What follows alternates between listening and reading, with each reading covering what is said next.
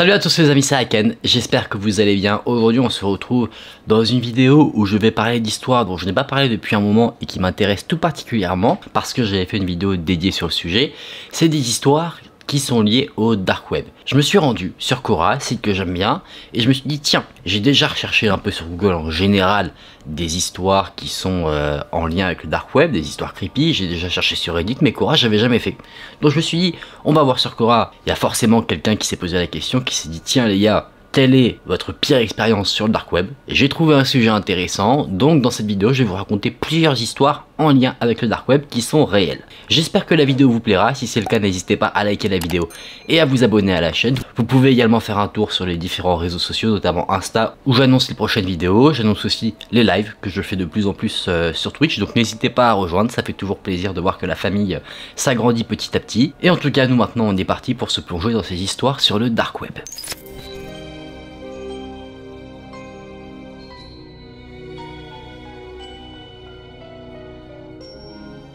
Il y avait un site sur le dark web où l'administrateur était en direct pendant un certain temps. Et ce site a été conçu pour fournir toutes sortes de liens vers d'autres sites sur le dark web. Il avait l'habitude de regarder le chat en direct et de répondre à quelques messages. Moi, avec un ami, on regardait et on observait ce que les gens pouvaient demander. Croyez-moi, pour à peu près 1000 messages, il y avait environ 900 personnes qui demandaient des images mettant en scène des enfants dans des situations obscènes. Voir tout cela m'a choqué, voir qu'il y avait autant de personnes pathétiques qui vivaient sur notre planète. Personne ne sait ce qui se cache réellement dans le cœur des gens. Ces gens qui cherchaient des images d'enfants me faisaient froid dans le dos. Oui, il y a d'autres trucs qui font froid dans le dos, comme certains groupuscules qui mettent en scène des assassinats en direct sur le dark web. Ils leur tranchent la gorge et montrent leur tête ensuite. Si je poste ces photos, vous pourrez dire que oui, c'est effrayant. Mais je n'ai pas enregistré ces images.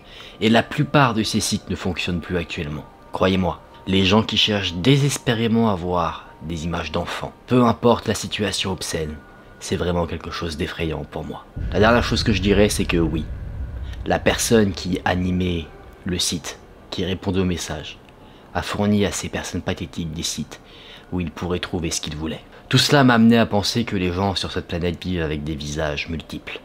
Donc nous devrions traiter les humains avec moins d'attente et être plus prudents, car après avoir vu ça, je pense que tout le monde cache un secret.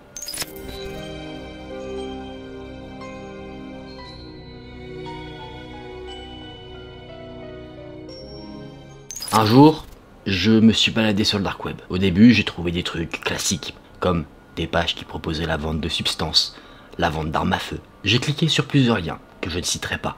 Et finalement, par hasard, je suis tombé sur un site, une sorte de navigateur, appelé Devil Search. Pour le trouver, j'ai dû parcourir des navigateurs que vous ne pouvez trouver que via Tor. Tor qui est un navigateur qui permet de se balader sur le dark web. Petite ellipse, si jamais vous souhaitez en savoir un peu plus, j'ai fait une vidéo vraiment dédiée à ma première visite sur le dark web où j'explique un peu comment ça fonctionne. Je vous mets le lien dans la description, n'hésitez pas à aller checker si ça vous intéresse. Devil Search avait moins de 300 sites web référencés.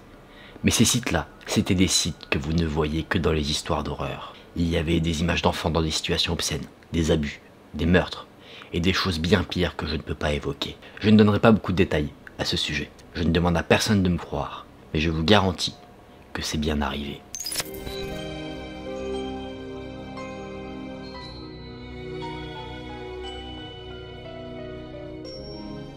J'ai lu plusieurs articles sur le dark web, sur un blog, et ça a attisé ma curiosité.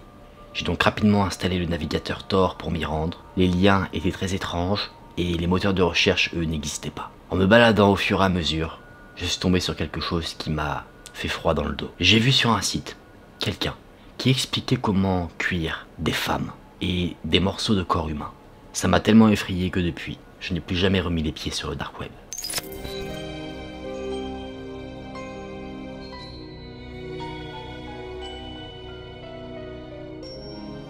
C'était la deuxième fois que je visitais le dark web. La première fois que j'y suis allé, j'ai chopé un virus et ça a infecté mon ordinateur portable. Cette fois-ci, j'étais bien préparé. J'avais plus de sécurité sur mon ordinateur pour parer à toute éventualité. Je me suis rendu sur le dark web, pensant que j'étais préparé, psychologiquement. Vous voyez, j'utilise Internet depuis l'âge de 11 ans. En 2011, j'avais l'habitude de surfer sur des blogs, de chercher des astuces pour augmenter ma vitesse internet, ce qui n'était pas en soi grand chose. Quelque chose qui était commun à tous les blogs que je fréquentais, c'est que les créateurs de ces sites ne voulaient en aucun cas engager le public, c'est-à-dire qu'ils n'encourageaient pas à commettre les actions qu'ils réalisaient. Moi j'étais un gamer, j'adorais jouer aux jeux vidéo, c'était tout ce que je faisais quasiment après mon retour de l'école. Donc je suis tombé sur un site web, où on pouvait littéralement trouver n'importe quoi. À cette époque il n'y avait pas de problème de droit d'auteur, donc on pouvait télécharger des livres, des documents protégés, qui sont maintenant réglementés par les droits d'auteur. En 2013 ou en 2014, le site web que j'utilisais pour télécharger ce genre de documents a été fermé, en raison d'activités criminelles. J'ai donc recherché ensuite d'autres sites web où je pouvais faire la même chose. Et c'est là que j'ai découvert le dark web, grâce à l'un des documents que j'avais téléchargé. J'avais une connexion internet très lente, donc j'avais plutôt l'habitude de télécharger des textes, plutôt que des vidéos ou des images. Et une chose est sûre, c'est que je ne pouvais pas aller sur le dark web avec ma connexion internet. Néanmoins, ça a quand même suscité ma curiosité. Donc au fur et à mesure du temps, quand ma connexion internet s'est améliorée, que je pouvais naviguer beaucoup plus rapidement, j'ai commencé à aller sur le dark web pour combler cette curiosité que j'avais. J'ai ouvert le navigateur, Tor, et j'ai commencé à rechercher des fichiers texte. Je suis tombé sur une très bonne bibliothèque sur le dark web, où il y avait quasiment tous les livres qu'on souhaitait. Il suffisait de créer un compte, et ensuite c'était bon, on pouvait accéder à tout. Je n'arrivais pas à télécharger de fichiers parce que la sécurité de mon ordinateur l'empêchait. Et à un moment donné, j'ai vu une publicité qui m'a fait froid dans le dos, alors que je recherchais des livres. Je ne sais pas ce qui se passait dans ma tête, mais je crois que j'étais un peu somnolent à ce moment-là. Je devais dormir un petit peu, mais je traînais sur l'ordinateur. Je n'étais pas vraiment pleinement conscient, donc j'ai cliqué sur la fameuse publicité. Ça m'a redirigé vers un autre site, très effrayant. Je me souviens clairement avoir eu des frissons dès que je suis arrivé sur ce nouveau site. Il proposait des collections de clips, de meurtres, de vraies violences, et d'autres choses dont je ne veux pas vraiment parler aujourd'hui. La bonne nouvelle, c'est que je ne pouvais pas regarder les vidéos. Il fallait s'inscrire, payer quelques bitcoins pour pouvoir regarder l'entièreté de la vidéo. Mais la mauvaise nouvelle, c'est que quand on cliquait sur une vidéo, il y avait quelques extraits qui étaient disponibles. C'était de la violence totalement gratuite. Il n'y avait pas de vignette, donc on ne savait pas sur quoi on cliquait. J'ai cliqué pour voir ce que c'était. Et c'est là que j'ai compris pourquoi le dark web est très effrayant. Quand on s'y balade, on ne sait pas sur quoi on peut tomber. Donc, j'ai cliqué sur la vidéo. Elle s'est ouverte. C'était une vidéo tournée par un homme qui tenait un couteau. Et il avait un ami avec lui, qui avait une arme à feu. L'ami a tiré sur une femme, au hasard, qui se tenait devant eux. Et après cela, ils ont tous les deux commencé à lui découper les oreilles et la main. Le mec avec le pistolet a attrapé l'oreille de la femme avec un papier. Et c'est là que l'extrait vidéo s'est arrêté. Ce jour-là, j'ai compris la véritable raison pour laquelle le dark web n'est pas l'endroit idéal pour les personnes sensées. Il regorge d'activités criminelles. Et oui, certains sites web mettent en avant des clips vidéo de ces activités dérangeantes, juste pour vous inciter à en devenir membre. Ça a détruit ma santé mentale, pendant des jours. Et je ne pouvais pas m'empêcher de penser à cette vidéo, dès que je fermais les yeux. C'est ça, l'effet secondaire du dark web. Si vous voyez quelque chose de dérangeant, ça reste dans votre tête pendant des semaines.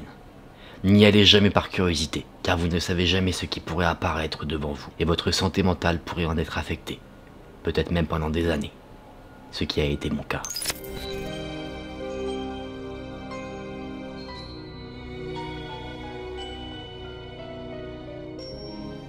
Je pense que la chose la plus effrayante que j'ai vécue, c'était quand j'ai été confronté pour la première fois à une Red Room. Ce sont les endroits que vous voulez éviter à tout prix, car ils sont encore plus sombres que vous ne pouvez l'imaginer. Il y a beaucoup de gens qui recherchent des utilisateurs nouveaux et perdus sur le dark web. Il est donc préférable de les éviter. Quoi qu'il en soit, j'ai vu des choses horribles là-bas, comme des cadavres, des animaux mutilés. Néanmoins, la chose la plus effrayante que j'ai vue a clairement laissé une marque dans mon esprit, une brèche qui est encore présente aujourd'hui. C'était une vidéo où les gens semblaient être en Égypte, quelque chose comme ça.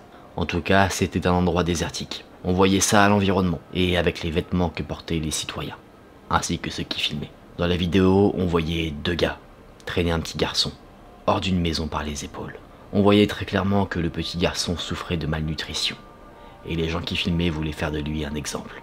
Ils ont crié sur le garçon, au milieu de la rue, en sable, en plein jour, et le garçon ne répondant pas, ils ont tranché l'arrière de ses jambes, juste derrière ses genoux, ce qui l'a forcé à s'agenouiller. Ils ont ensuite pointé une arme à feu sur sa tempe, et ils ont appuyé sur la gâchette. Sa mère était retenue, dans le coin de la vidéo, et elle était forcée de regarder la scène, alors que ceux qui étaient proches du garçon était en train de lui retirer sa tête. Tout cela était très réel, non censuré. C'était la première fois où je rentrais dans une Red Room, et ce sera également la dernière fois.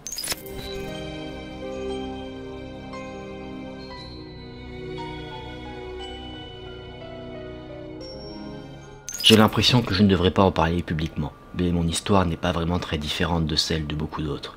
Mais je peux dire ceci, et je suis honnête, que ma pire expérience sur le dark web était pire que les récits fictifs à ce sujet. Avant d'aller plus loin, quiconque dit que la destruction de Daisy est fausse est une connerie. Peter Scully a été enfermé dans une prison aux Philippines. La destruction de Daisy, c'est un truc connu sur le dark web. Ah, ça me donne des frissons juste de parler de ce truc-là. En fait, Peter Scully est un homme qui proposait en soi de faire des trucs à des enfants, notamment des enfants de très bas âge. Quand je dis très bas âge, c'est des enfants qui n'ont que quelques mois de vie, hein, et qui proposaient à des gens de regarder, les gens regardaient. Voilà, en gros c'est ça. En tout cas, c'est dans ce thème-là. Il y a beaucoup de choses que je ne peux pas vraiment dire ici, et je suis vraiment désolé de ne pas pouvoir entrer dans les détails. Mais de toute façon, j'avais l'habitude d'aller sur un site web appelé Best Gore, mais j'ai dû partir. Je pense que vous pouvez toujours voir ce que j'y ai écrit, mais c'était il y a plus de 5 ans. Gardez à l'esprit que je ne suis pas étranger au dark web, car j'y allais depuis que j'avais 18 ans, après qu'une ex me l'ait montré. J'avais donc une idée de ce à quoi je pouvais m'attendre, là-bas. J'ai écrit des articles sur des choses sérieuses. Et l'un des articles concernait un article médical, qui concernait les effets de la guerre nucléaire sur les enfants à naître, et les nourrissons. Au bout d'un moment, lorsque l'article est sorti, j'ai été informé par une connaissance que je t'ai vu sur un forum sur le dark web. Et j'étais là, en mode, c'est impossible, parce que je n'allais littéralement jamais sur les forums du dark web. Mais il m'a donné un lien sur le dark web que je devais visiter. J'ai donc vérifié ce fameux lien, et j'ai vu l'article, avec mon nom, mes mots, dans le forum là-bas. Et ce n'était pas n'importe quel forum, c'était un forum dédié à l'Alscore, pour ceux qui ne sont pas familiers avec ça. L'Alscore, c'est un milieu réservé aux adultes, axé principalement sur la torture obscène des enfants. Je peux vous dire tout de suite qu'ils n'ont rien dit de gentil concernant les nourrissons dont j'ai parlé. Et franchement, ce n'était pas le pire. Je peux vraiment dire que parfois la curiosité est un vilain défaut. Lorsque le forum était actif et à son apogée, car depuis il a été saisi par Interpol et le FBI, c'était une communauté florissante d'adultes appréciant beaucoup trop les enfants, et ils se partageaient des liens entre eux. J'ai vérifié les liens moi-même, des commentaires sous le post qui m'avait été pris, et honnêtement, ça m'a amené sur d'autres sites, des forums, y compris un très grand site sur le dark web qui ne contient que des obscénités juvéniles. Et là-bas, j'ai trouvé la plus jeune victime que j'ai vue. Un bébé de 8 mois, nommé Nathan. Et son agresseur, qui n'était autre que son propre père. Tout cela me brise encore le cœur aujourd'hui, quand j'y repense.